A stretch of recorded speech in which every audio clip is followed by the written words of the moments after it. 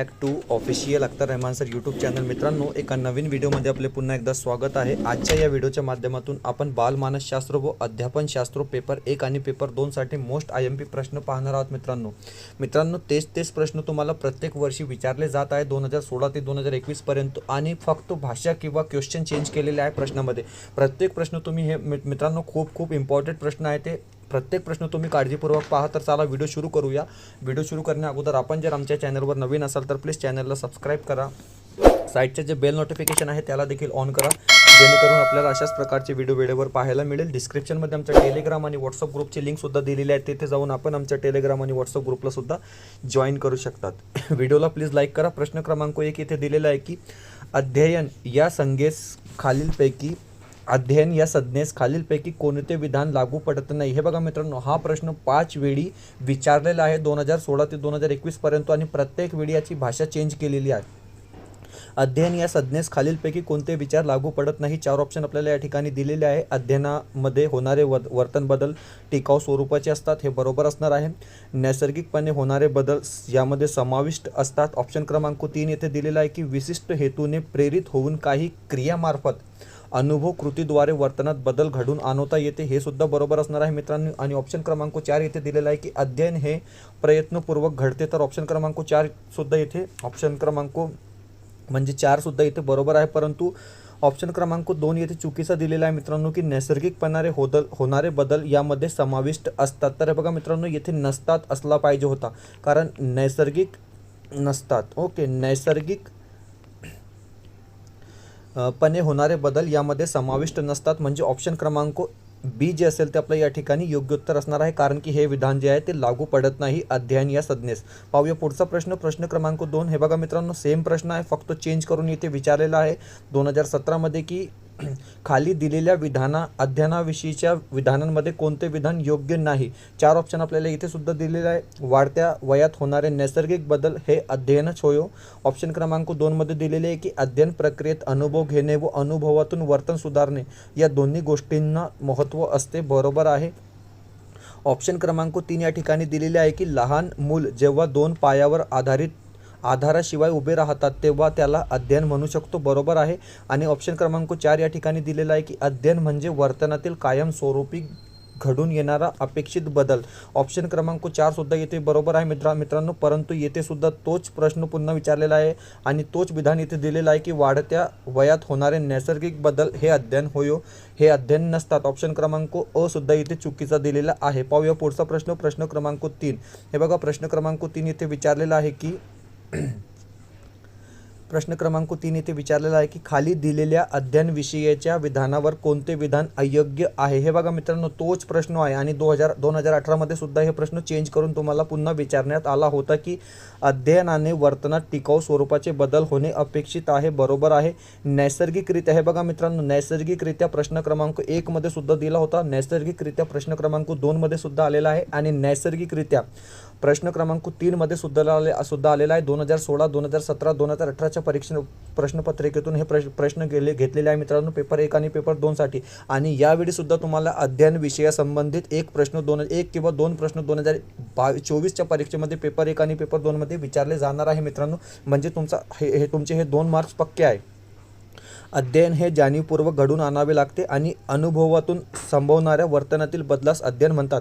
म्हणजे ऑप्शन क्रमांक 2 सुद्धा यावेळी चुकीचा दिलेला आहे, कारण नैसर्गिकरित्या होणाऱ्या बदलांना देखील अध्ययन म्हणता येणार नाही. ऑप्शन क्रमांक बी येथे सुद्धा चुकीचा दिलेला आहे मित्रांनो. तोच प्रश्न पुन्हा रिपीट झालेला आहे 2020 मध्ये. हे तुम्ही पाहू शकतात मित्रांनो की खाली दिलेल्या विधानांमध्ये कोणते विधान अध्ययनाची वैशिष्ट्ये दाखवते. हे बघा मित्रांनो, यावेळी अयोग्य विधानाऐवजी अध्ययनाची वैशिष्ट्ये आपल्याला इथे ओळखायची आहे. 4 ऑप्शन आपल्याला इथे दिलेले आहे. सर्व प्राण्यांचे अध्ययन सारखे असते. दीर्घकाळ सराव केला नाही तर त्याचे स्मरण राहते. अध्ययनामुळे आकलन होते. अध्ययन ही जलद घडणारी प्रक्रिया आहे. तर हे बघा मित्रांनो, अध्ययनामुळे आकलन होते. ऑप्शन क्रमांक 1 जे असेल किंवा ऑप्शन क्रमांक सी जे असेल ते आपलं बरोबर उत्तर इथे असणार आहे. अध्ययन ही जलद घडणारी प्रक्रिया कधीही नसते, कारण अध्ययन हे हळूहळू होत असतो आणि सर्व प्राण्यांचे अध्ययन एकसारखे कधीच नसते मित्रांनो, हे तुम्ही लक्षात घ्या. आणि दीर्घकाळ सराव केला नाही तर त्याचे स्मरण राहते. दीर्घकाळ सराव केला नाही तर आपण विसरून जातो मित्रांनो. म्हणजे तिघी ऑप्शन जे आहे ते निगेटिव्ह इथे दिलेले आहे. फक्त ऑप्शन क्रमांक 4 येथे बरोबर दिलेला आहे. पाहूया पुढचा प्रश्न. तोच प्रश्न 21मध्ये सुद्धा विचारला गेला होता की खाली दिलेल्या अध्ययन प्रक्रियेचे वैशिष्ट्यामध्ये कोणते वैशिष्ट्य योग्य नाही. 4 ऑप्शन आपल्याला इथे दिलेले आहे आणि कोणते वैशिष्ट्य योग्य नाही असा प्रश्न येथे विचारला आहे की अध्ययन हे नेमके कृतीद्वारे घडत असते, बरोबर आहे. प्रत्येक प्राणी जगण्यासाठी अध्ययन करीत असतो, बरोबर असणार आहे. सर्व प्राण्यांचे अध्ययन सारखे असते आणि ऑप्शन क्रमांक 4 अध्ययन ही हळूहळू घडणारी प्रक्रिया आहे. बघा मित्रांनो, प्रश्न क्रमांक 4 मध्ये दिला होता की अध्ययन ही जलद गतीने होणारी प्रक्रिया आहे, परंतु प्रश्न क्रमांक 5 मध्ये दिलेला आहे की अध्ययन ही हळूहळू घडणारी प्रक्रिया आहे. आणि येथे तुम्ही उत्तर पहा, म्हणजे आपलं योग्य उत्तर ऑप्शन क्रमांक 3 असेल की सर्व प्राण्यांचे अध्ययन सारखे असते. हे ऑप्शन आपल्याला, हे विधान आपल्याला प्रश्न क्रमांक 4 मध्ये सुद्धा दिले होते की हे बघा मित्रांनो, सर्व प्राण्यांचे अध्ययन सारखे असते, अध्ययन ही जलद घडणारी प्रक्रिया आहे. तर हे अशाच प्रकारचे प्रश्न तुम्हाला प्रत्येक वर्षी विचारले जात आहे मित्रांनो. यावेळी आपला ऑप्शन क्रमांक योग्य नाही, म्हणजे ऑप्शन क्रमांक 3 जे असेल ते आपलं बरोबर उत्तर यावेळी असणार आहे. पाहूया पुढचा प्रश्न, प्रश्न क्रमांक 6. हे बघा, प्रश्न क्रमांक 6 सुद्धा अध्ययन क्रियाशीलतावर विचारलेला आहे की अध्ययनात क्रियाशीलता कोणत्या स्वरूपाची असते. 4 ऑप्शन दिलेले आहे, भावनिक, बौद्धिक आणि भावनिक, शारीरिक आणि मानसिक, केवळ बौद्धिक किंवा फक्त सामाजिक. तर हे बघा मित्रांनो, अध्ययनात जे क्रियाशीलता असते ते फक्त किंवा केवळ बौद्धिक असते. ऑप्शन क्रमांक सी यावेळी आपला बरोबर असणार आहे. पाहूया पुढचा प्रश्न, प्रश्न क्रमांक 7 यावेळी दिलेला आहे की अध्ययन वक्रातील पठारावस्थेबाबत खाली काही विधाने दिली आहेत, त्यापैकी कोणते विधान योग्य आहे. हे बघा मित्रांनो, पठारावस्था संबंधी काही विधान आपल्याला इथे दिलेले आहे आणि योग्य विधानाचं येथे आपल्याला सिलेक्शन करायचं आहे मित्रांनो. एखादी गोष्ट शिकवताना पठारावस्था केव्हा येईल हे सांगता येते. हे बघा मित्रांनो, पठारावस्था केव्हा येईल हे निश्चित सांगता येत नाही, म्हणजे हे चुकीचे विधान इथे दिलेले आहे. पठारावस्था एकदाच येते, हे बघा, हे सुद्धा इथे चुकीचे दिलेले आहे, कारण की वारंवार पठारावस्था हे सुद्धा वारंवार येऊ शकते. पठारावस्थेतील प्रगती थांबलेली नसते. तर हे बघा मित्रांनो, हे सुद्धा इथे चुकीचं दिलेलं आहे, कारण की पठारावस्थेत प्रगती जी आहे ती पूर्णपणे थांबलेली असते. आणि ऑप्शन क्रमांक 4 यावेळी आपला बरोबर असणार आहे, कारण की पठारावस्थेपूर्वी व पठारावस्थेनंतर ही प्रगती होत असते. ऑप्शन क्रमांक डी येथे बरोबर उत्तर असणार आहे. पाहूया पुढचा प्रश्न, प्रश्न क्रमांक 8. प्रश्न क्रमांक 8 येथे सुद्धा अध्ययनावर आधारित आहे मित्रांनो, कारण अध्ययनावर आधारित प्रश्न प्रत्येक वेळी 2-2 प्रश्न एक प्रश्नपत्रिकेत विचारलेले आहे मित्रांनो. अध्ययन क्रियेतील प्रगतीस खालीलपैकी कोणते विधान सहाय्यभूत ठरत नाही. 4 ऑप्शन आपल्याला इथे दिलेले आहे मित्रांनो. एखाद्या विषयात विशेष रुची असेल तर प्रगती वेगाने होते, बरोबर असणार आहे. जी गोष्ट शिकायची आहे तिचे अध्ययन पूर्वी काही प्रमाणात झालेले असेल तर ते प्रगतीचे अपकारक ठरते. हे बघा मित्रांनो, अपकारक ठरणे म्हणजे नुकसानदायक ठरणे. ऑप्शन क्रमांक 3 येथे दिलेला आहे की शिकण्यातील प्रगती काही प्रमाणात व्यक्तीच्या आनुवंशिक पात्रतेवर अवलंबून असते, बरोबर आहे. काही प्रमाणात इथे सांगितलेलं आहे मित्रांनो, संपूर्णपणे नाही सांगितलेलं आहे, म्हणून हे ऑप्शन बरोबर असणार आहे. आणि ऑप्शन क्रमांक 4 मध्ये दिलेला आहे की शिकण्याच्या योग्य पद्धतीच्या प्रगतीवर सुपरिणाम होतो. ऑप्शन क्रमांक 4 सुद्धा इथे बरोबर असणार आहे, परंतु येथे जे निगेटिव्ह ऑप्शन दिलेला आहे ते असणार आहे पर्याय क्रमांक 2 आपला योग्य उत्तर. पाहूया पुढचा प्रश्न, प्रश्न क्रमांक 9. प्रश्न क्रमांक 9 हे पहा मित्रांनो, कितीही प्रयत्न केले तरी प्रगतीच्या ज्या एका विशिष्ट मर्यादेपलीकडे आपण जाऊ शकत नाही तो अध्ययन वक्राचा टप्पा म्हणजे काय. 4 ऑप्शन आपल्याला या ठिकाणी दिलेले आहे. अंतिम प्रगतीचा काळ, पठारावस्था, शारीरिक व मानसिक परिसीमा किंवा मंद प्रगतीचा काळ. तर हे बघा मित्रांनो, कितीही प्रयत्न केले तरी प्रगतीच्या ज्या एका विशिष्ट मर्यादेपलीकडे आपण जाऊ शकत नाही तो असतो शारीरिक व मानसिक परिसीमा, म्हणजे ऑप्शन क्रमांक सी जे असेल ते आपला बरोबर उत्तर असणार आहे. पाहूया पुढचा प्रश्न, प्रश्न क्रमांक 10. हे बघा, प्रश्न क्रमांक 10 येथे विचारलेला आहे की अध्ययन करताना पठारावस्था निर्माण होऊ नये म्हणून खालीलपैकी कोणत्या गोष्टी कराव्यात.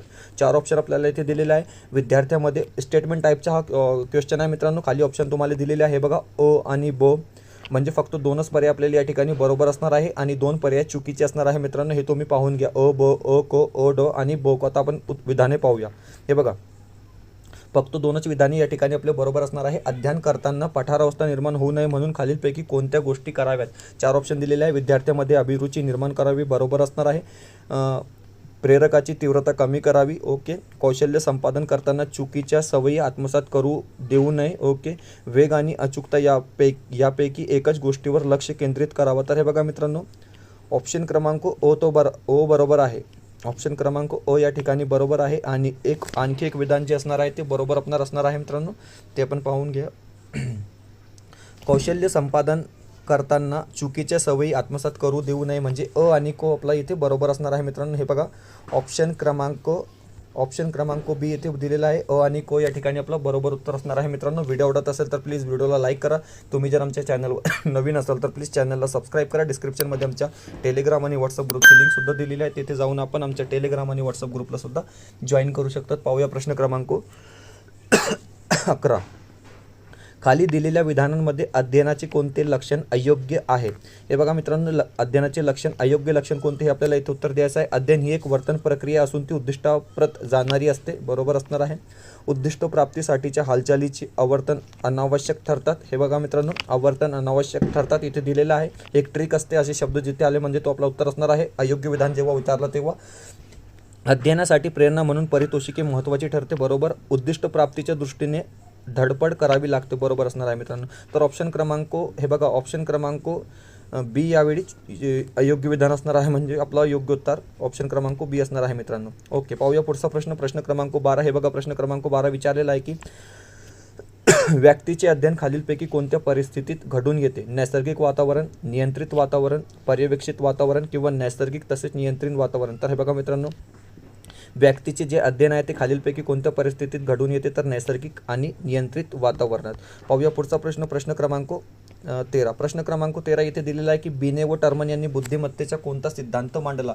मोस्ट IMP हा प्रश्न आहे मित्रांनो, कारण की बुद्धिमत्तेविषयी आपला एक प्रश्न विचारला जातो. बिने व टर्मन यांनी बुद्धिमत्तेचा कोणता सिद्धांत मांडला? तर ऑप्शन क्रमांक 4 या ठिकाणी आपला बरोबर उत्तर असणार आहे, कारण की बिने व टर्मन यांनी एक घटक सिद्धांत मांडला. तुम्हाला माहीत आहे मित्रांनो की द्विघटक जे असणार आहे ते स्पेअरमॅनचा सिद्धांत असणार आहे. अनेक घटक जे असणार आहे ते थॉम्पसनचं असणार आहे, आणि समूह घटक जे असणार आहे मित्रांनो ते थॉम्पसनचा असणार आहे, आणि बहुघटक थॉर्नडाईकचा असणार आहे. अशा प्रकारे बुद्धीचे काही सिद्धांत आहे मित्रांनो. पाहूया पुढचा प्रश्न. प्रश्न क्रमांक 14. हे बघा, प्रश्न क्रमांक 14 येथे दिलेला आहे की स्पेअरमॅनच्या बुद्धिमत्तेच्या उपपत्तीप्रमाणे खालीलपैकी कोणता घटक हा बुद्धिमत्तेचा विशेष घटक आहे? असा प्रश्न इथे असला पाहिजे होता, कारण प्रश्न चुकलेला आहे मित्रांनो. योग्य उत्तर तर्क अनुमान करणे असेल. पाहूया पुढचा प्रश्न. प्रश्न क्रमांक 16. प्रश्न क्रमांक 16 येथे दिलेला आहे की विचार प्रक्रियेतील उणिवा शोधून त्यामध्ये सुधारणा करण्यासाठी प्रक्रिया आवश्यक ठरते. ती प्रक्रिया कोणती? समरण, बहुकेंद्रित विचार, केंद्रित विचार किंवा मूल्यमापन. मूल्यमापन यावेळी आपला बरोबर उत्तर असणार आहे मित्रांनो. पाहूया पुढचा प्रश्न. प्रश्न क्रमांक 16. हे बघा, प्रश्न क्रमांक 16 येथे दिलेला आहे की खालीलपैकी अध्यापनाची कोणती पद्धती ही कृतीशीलतेवर अधिक भर देते? हे बघा मित्रांनो, मोस्ट IMP हा प्रश्न आहे, आणि प्रश्न विचारलेला आहे की खालीलपैकी अध्यापनाची कोणती पद्धती ही कृतीशीलतेवर अधिक भर देते? प्रायोगिक पद्धती, प्रकल्प पद्धती, क्रिंडन पद्धती किंवा वरील सर्व. तर हे बघा मित्रांनो, वरील सर्व या ठिकाणी आपला बरोबर उत्तर असणार आहे. पाहूया पुढचा प्रश्न. प्रश्न क्रमांक 17. प्रश्न क्रमांक 17 इथे विचारलेला आहे की अध्यापन करताना खालीलपैकी कोणत्या प्रकारचे प्रश्न विचारू नयेत? 4 ऑप्शन आपल्याला इथे दिलेले आहे. विचार प्रवर्तक प्रश्न बरोबर आहे, अलंकारिक प्रश्न ओके, वस्तुनिष्ठ प्रश्नसुद्धा बरोबर आहे, जिज्ञासा निर्मिती करणारे प्रश्नसुद्धा बरोबर आहे, परंतु अलंकारिक प्रश्न यावेळी टाळावे, म्हणजे ऑप्शन क्रमांक 2 जे असेल ते आपला बरोबर उत्तर या ठिकाणी असणार आहे. पाहूया पुढचा प्रश्न. प्रश्न क्रमांक 18. प्रश्न क्रमांक 18 इथे विचारलेला आहे की खालीलपैकी ही औपचारिक अध्ययन उपपत्ती आहे. 4 उपपत्ती आपल्याला इथे दिलेली आहे, आणि औपचारिक अध्ययन उपपत्ती कोणती असा प्रश्न इथे विचारलेला आहे. अनुदेशन उपपत्ती, ब्रुनरची उपपत्ती, सॉक्रेटिसची उपपत्ती किंवा अध्यापनाची सामान्य उपपत्ती. तर हे बघा मित्रांनो, सॉक्रेटिसची उपपत्ती जी असणार आहे ती औपचारिक उपपत्ती या ठिकाणी असणार आहे. पाहूया पुढचा प्रश्न. प्रश्न क्रमांक 19. प्रश्न क्रमांक 19 इथे विचारलेला आहे की सामान्य अध्यापन उपपत्तीच्या वर्गातील अध्यापनाची ज्ञानात्मक उपपत्तीची पुरस्कर्ते डॅश डॅश आहेत? John dewy, N.L. Gauge, Socrates किंवा हॉबर्ट. तर हे बघा मित्रांनो, N.L. गेज आपला या ठिकाणी बरोबर उत्तर राहणार आहे. पाहूया पुढचा प्रश्न. प्रश्न क्रमांक 20. प्रश्न क्रमांक 20 येथे दिलेला आहे की गेसल यांनी विकासाची संकल्पना मांडताना या गोष्टीवर अधिक भर दिला आहे. 4 ऑप्शन दिलेले आहे. हे बघा मित्रांनो, प्रश्न क्रमांक 20 आणि प्रश्न क्रमांक 21 तुम्ही काळजीपूर्वक पाहून घ्या. गेसल यांनी विकासाची संकल्पना मांडताना या गोष्टीवर भर दिला आहे. फक्त मानसशास्त्र इथे चेंज होणार आहे, ऑप्शन सेम राहणार आहे मित्रांनो. ओके. गुणविशेषण, परिपक्वता, अध्ययन किंवा परिणाम. तर हे बघा मित्रांनो, गेसल यांनी विकासाची संकल्पना मांडताना गुणविशेष या गोष्टीवर भर दिला आहे. आणि प्रश्न नंबर 21 तुम्ही पहा मित्रांनो, सेम क्वेश्चन आहे. अलग अलग प्रश्न पत्रिकेमध्ये हे प्रश्न विचारले गेले होते मित्रांनो की एलिझाबेथ हॉर्लॉक यांनी विकासाची संकल्पना मांडताना डॅश डॅश या गोष्टीवर भर दिला आहे. तर हे बघा मित्रांनो, गेसल यांनी जे भर दिलेलं आहे ते गुणविशेष यावर भर दिलेला आहे, परंतु एलिझाबेथ हॉर्लॉक यांनी जे भर दिलेलं आहे ते परिपक्वतेवर भर दिलेलं आहे मित्रांनो. दोन्ही ऑप्शन तुम्ही लक्षात घ्या. एलिझाबेथ यांनी जे आहे ते परिपक्वता या गोष्टीवर भर दिला आहे मित्रांनो. आणि गेसल यांनी जे भर दिलेलं आहे ते गुणविशेषण कशाची विकासाची संकल्पना मांडताना. ओके, हे दोन फरक आहे मित्रांनो इथे. पाहूया पुढचा प्रश्न क्रमांक 22. प्रश्न क्रमांक 22 येथे पहा तुम्ही. सापेक्षदृष्ट्या अभिनव अशा परिस्थितीत राशमीरित्या समायोजन साधण्याच्या क्षमता म्हणजे बुद्धी अशी व्याख्या खालीलपैकी कोणत्या मानसशास्त्रज्ञांनी केली. 4 ऑप्शन दिलेले आहे. William James, McDougall, Colton, Burt. तर हे बघा मित्रांनो, हे याचा अर्थ आहे की समायोजन करण्याची क्षमता, नवीन परिस्थितीशी समायोजन करण्याची क्षमता म्हणजे बुद्धी होय. विल्यम जेम्सची ही व्याख्या आहे मित्रांनो, परंतु पूर्ण भाषा इथे चेंज केलेली आहे. इथे सापेक्षदृष्ट्या अभिनव अशा परिस्थिती दिलेली आहे, परंतु व्याख्या आहे की नवीन परिस्थितीची समायोजन करण्याची क्षमता म्हणजे बुद्धी होय. ऑप्शन क्रमांक 1 या ठिकाणी आपलं बरोबर उत्तर असणार आहे मित्रांनो. भाषा चेंज करून हे प्रश्न इथे विचारलेले आहे. पाहूया पुढचा प्रश्न क्रमांक 23 आहे बघा. प्रश्न क्रमांक 23 येथे दिलेला आहे की शिक्षकाकडे असलेले ज्ञान विद्यार्थ्यामध्ये संक्रमित होत असताना जर विचार, सामान्यीकरण व तर्क अनुमान या मानसिक प्रक्रियेचा अवलंब होत असेल तर अध्यापनाच्या या प्रकाराला डॅश डॅश असे म्हणता येईल. 4 ऑप्शन दिलेले आहे. अभिसंधान, संस्करण, अनुदेशन किंवा प्रशिक्षण. तर हे बघा मित्रांनो, अनुदेशन आपलं या ठिकाणी योग्य उत्तर राहणार आहे. प्रश्न क्रमांक 24 येथे दिलेला आहे की दुसऱ्यांदा हा व्हिडिओ रेकॉर्ड करावा लागत आहे मित्रांनो, कारण की पहिल्या वेळेस व्हिडिओ रेकॉर्ड करताना माईक हा पूर्णपणे लागला नव्हता, म्हणून व्हॉईस येत नव्हती. दुसऱ्यांदा म्हणजे बॅक टू बॅक मी 45 मिनिटापासून सतत बोलत आहेत. खाली शिक्षणाची काही ध्येय दिलेली आहेत, त्यापैकी सर्वश्रेष्ठ ध्येय कोणते. 4 ऑप्शन आपल्याला इथे दिलेले आहे. जीवनात पूर्णता आणणे, शारीरिक विकास, नैतिक विकास किंवा व्यावसायिक यशस्वीता. तर बघा मित्रांनो, जीवनात पूर्णता आणणे हे आपला योग्य उत्तर इथे असणार आहे. प्रश्न क्रमांक 25 येथे दिलेला आहे की सक्रिय पूर्व अवस्था बालकाच्या वयात असते. 4 ऑप्शन दिलेले आहे मित्रांनो आणि योग्य उत्तर असणार आहे 2 ते 7 वर्ष. पाहूया पुढचा प्रश्न क्रमांक 26. प्रश्न क्रमांक 26 येथे दिलेला आहे की गुण पुढील पिढीत उतरत नाही. डॅश डॅश गुण पुढील पिढीत उतरत नाही. 4 ऑप्शन दिलेले आहे. प्रभावी, मिश्र, संपादित किंवा अनुवांशिक. तर हे बघा मित्रांनो, संपादित गुण जे असणार आहे ते पुढील पिढीत उतरत नाही. ऑप्शन क्रमांक 3 या ठिकाणी आपलं बरोबर उत्तर असणार आहे. बालकाच्या वाढीवर व विकासावर परिणाम करणारा घटक कोणता. प्रभावी घटक इथे दिलेला आहे मित्रांनो. बालकाच्या हे तिन्ही घटक जे आहेत ते बालकाच्या वाढ व विकासावर परिणाम करतात, परंतु इथे दिलेला आहे की प्रभावी घटक कोणता. समाज, मित्र, अनुवांशिक किंवा यापैकी नाही. अनुवांशिक जे असणार आहे ते आपल्याला ते बरोबर उत्तर असणार आहे. पाहूया पुढचा प्रश्न क्रमांक 28. प्रश्न क्रमांक 28 येथे दिलेला आहे की मानसशास्त्र हे खालीलपैकी डॅश डॅश शास्त्र आहे. तर हे बघा मित्रांनो, प्रत्यक्षवादी, वास्तववादी किंवा यापैकी नाही. तर योग्य उत्तर असणार आहे वास्तववादी. पाहूया पुढचा प्रश्न क्रमांक 29. ज्ञानेंद्रियामार्फत बाह्य चेतकाच्या मज्जातंतूमार्फत मेंदूपर्यंत ठसे उमटले जाते, त्यास डॅश डॅश म्हणतात. धारणा, ग्रहण, प्रत्यावहन किंवा प्रत्यभिज्ञान. तर हे बघा मित्रांनो, ज्ञानेंद्रियामार्फत बाह्य चेतकाच्या मज्जातंतूमार्फत मेंदूपर्यंत ठसे उमटले जातात, त्यास धारणा असे म्हणतात. पाहूया शेवटचा प्रश्न क्रमांक 30 येथे दिलेला आहे की फुटबॉल खेळावा की टी व्ही पाहावा. डॅश डॅश प्रकारचे संघर्ष आहे.